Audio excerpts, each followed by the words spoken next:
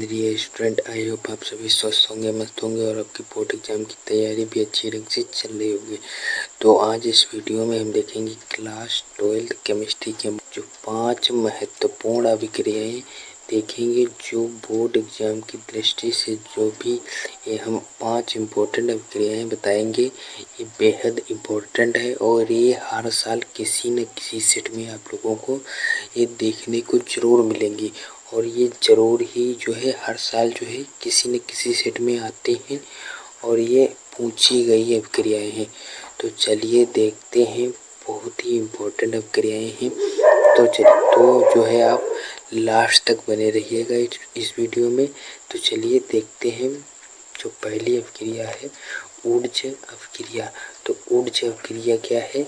तो जब alkyl halide के 2 अणु को शुष्क ईथर की उपस्थिति में Na यानी सोडियम के साथ जब क्रिया कराते हैं तो एल्केन प्राप्त होता है, जिसे ऊर्ज अभिक्रिया कहते हैं।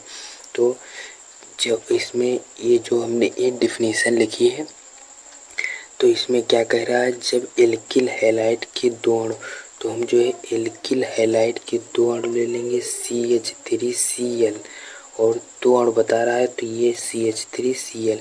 एल्किल का मतलब होता है R और हैलाइड X। तो जो है हम R की जगह पर जो है इसमें ethyl, methyl, propyl, butyl, hexyl, इसमें हम कुछ भी रख सकते हैं। तो हमने यहाँ पर है मेथिल रखा हुआ है और यक्स जो है हैलाइड। हाइड्रोजन परिवार के जो तत्व हैं वर्ग 17 के तत्व जो हैं, जैसे क्लोरीन, फ्लोरीन, ब्रोमीन, आयोडीन, यहाँ पर आप जो है कुछ भी रख सकते हैं। तो हमने जो है यहाँ पर एल्किल हैलाइड के 2 अणु ले लिए CH3Cl प्लस CH3Cl। तो हम सोडियम के साथ क्रिया करा रहे हैं, तो सोडियम के साथ जब क्रिया कराएंगे तो हमें क्या प्राप्त होता है? एल्केन प्राप्त होता है। तो यहाँ से CH3 उठाएंगे और ये एक यहाँ से CH3 उठाएंगे तो ये हो जाएगा एल्केन, ये एल्केन हो जाएगा। और बचेगा क्या इसमें? एक ये जो Na है और ये 2 Cl बचेंगे, तो ये NaCl हो जाएगा। 2 Cl है तो यहाँ पर 2 लगाना पड़ेगा, तो ये 2 हो जाएगा। अब तो यहाँ पर जो है सोडियम भी 2 हो गया, तो यहाँ पर भी जो 2 लगाना पड़ेगा। तो ये जो समीकरण बैलेंस भी हो गई और इससे जो है ऊर्ज अभिक्रिया कहते हैं। तो चलिए नेक्स्ट जो है अभिक्रिया देखते हैं। जो नेक्स्ट अभिक्रिया है ऊर्ज फिटिंग अभिक्रिया। तो ये भी काफ़ी इम्पोर्टेंट अभिक्रिया है। तो इसमें क्या है, जब एक अणु एल्किल हैलाइड तथा एक अणु एरिल हैलाइड को शुष्क ईथर की उपस्थिति में सोडियम यानी Na के साथ जब सोडियम धातु के साथ जब क्रिया कराते हैं तो एल्किल एरीन प्राप्त होता है, जिसे ऊर्ज फिटिंग अभिक्रिया कहते हैं। तो ये ऊर्ज फिटिंग अभिक्रिया होते हैं। तो हम जो है एक अणु एल्किल हैलाइड का लेंगे, तो एल्किल यानी ये CH3Cl हमने ले लिया और एक अणु लेंगे एरिल हैलाइड, तो C6H5Cl। तो ये एक अणु एल्किल हैलाइड का लेंगे और एक अणु लेंगे एरिल हैलाइड का। और किसके साथ हमें जो क्रिया कराना है, सोडियम धातु के साथ जब क्रिया कराएंगे और किसकी उपस्थिति में, शुष्क ईथर की उपस्थिति में जब क्रिया कराएंगे तो हमें क्या प्राप्त होता है? एल्किल एरीन प्राप्त होता है। तो इसमें C6H5 ये पूरा उठा लेंगे, लिखेंगे तो ये, और यहाँ से CH3, तो इसी को कहते हैं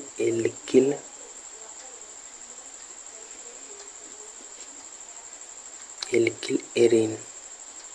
और इसमें क्या बचेगा, ये सोडियम है Na बचा और ये एक Cl और एक Cl, तो ये 2 Cl हो जाएंगे, तो यहाँ पर 2 लगाएंगे और सोडियम भी इसके सारे में 2 हो गया, तो यहाँ पर भी जो 2 लगाएंगे।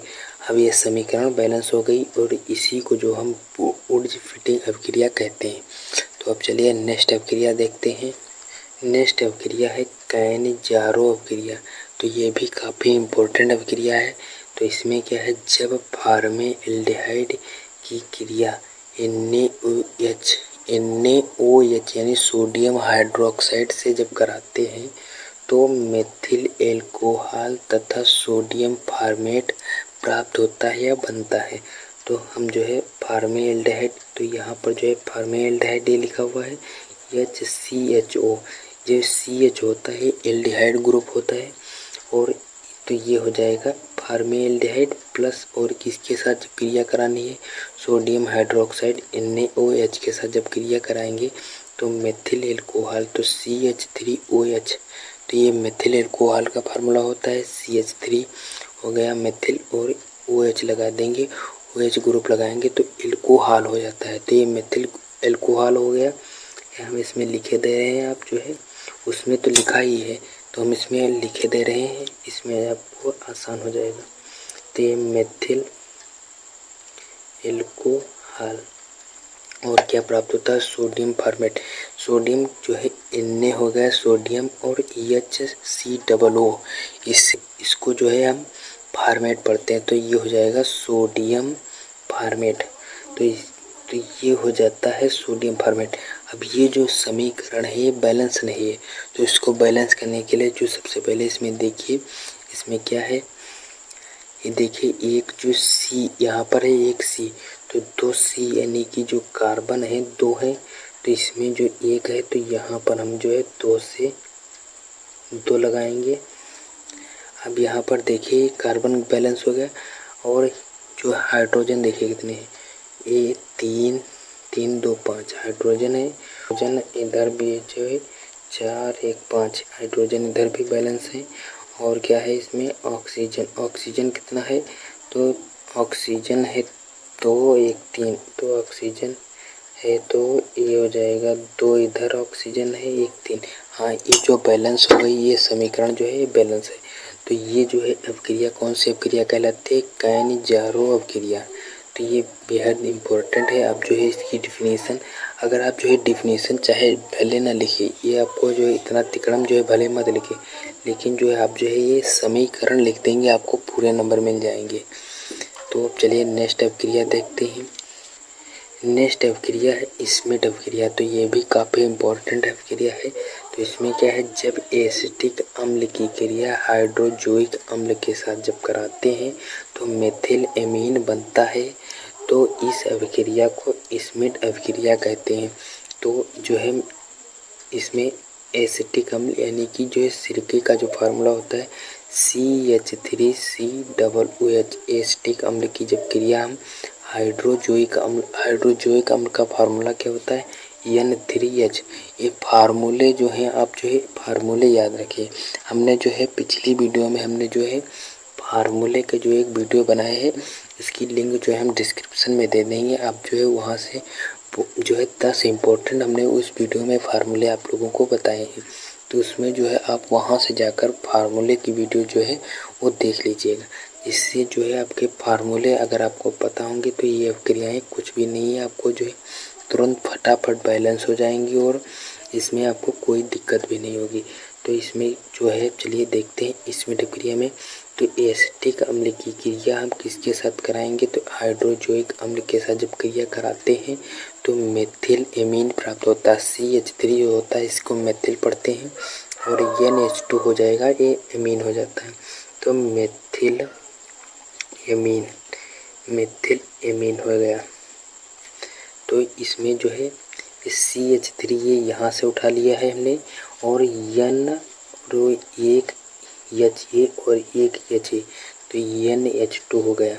और इसमें क्या बचा है, वो जो बाहर निकालना है CO2 बचा, CO2 को भी बाहर निकाल दिया, ये CO2 है, और N2 ये यहाँ से हम जो है एक N यहाँ से उठाए थे, तो यहाँ पर नाइट्रोजन तो है, नाइट्रोजन को भी बाहर निकाल देंगे।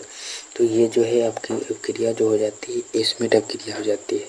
तो अब चलिए नेक्स्ट जो आखिरी क्रिया है बेहद इम्पोर्टेंट है, उसको भी देख लेते हैं। आखिरी अपक्रिया है फ्रीडल क्राफ्ट अपक्रिया, तो ये भी काफ़ी इम्पोर्टेंट अपक्रिया है। तो जब बेंजीन की क्रिया निर्जल एल्युमिनियम क्लोराइड की उपस्थिति में मेथिल क्लोराइड के साथ जब कराते हैं तो टॉलुइन प्राप्त होता है। तो इस अपक्रिया को फ्रीडल क्राफ्ट अपक्रिया कहते हैं। तो हम बेंजीन की क्रिया किसके साथ कराएंगे, बेंजीन की क्रिया जो है मेथिल क्लोराइड, तो बेंजीन का फार्मूला क्या होता है C6H6। ये बेंजीन का फार्मूला होता है। और जो है किसके साथ क्रिया हमें कराना है, मेथिल क्लोराइड। तो मेथिल क्लोराइड का फार्मूला होता है CH3, ये हो जाता है मेथिल और Cl हो जाता है क्लोराइड। तो मेथिल क्लोराइड के साथ जब क्रिया कराएंगे और किसकी उपस्थिति जो है, निर्जल एल्युमिनियम क्लोराइड। तो ये निर्जल जो है एल्युमिनियम क्लोराइड की उपस्थिति में जब क्रिया कराएंगे तो टॉलुइन प्राप्त होता है। तो C6 और H5 यहाँ से इतना हम उठाएंगे, तो ये C6H5 इतना लिखिए और CH3 यहाँ से उठा लेंगे, तो ये बन जाता है टॉलुइन। और ये HCl, ये H यहाँ से और ये Cl, तो ये HCl बाहर निकाल देंगे हाइड्रोक्लोरिक अम्ल, तो ये हो जाती है फ्रीडल क्राफ्ट क्रिया। तो ये काफ़ी इम्पोर्टेंट है, इसको भी आप अच्छी ढंग से समझ लीजिए। तो आई होप आप लोगों को ये हमने जो पांचों अपक्रियाएं इसमें हमने बताई आपको अच्छी ढंग से समझ में आ गई होंगी। तो अब मिलेंगे नेक्स्ट वीडियो में, तब तक के लिए जय हिंद।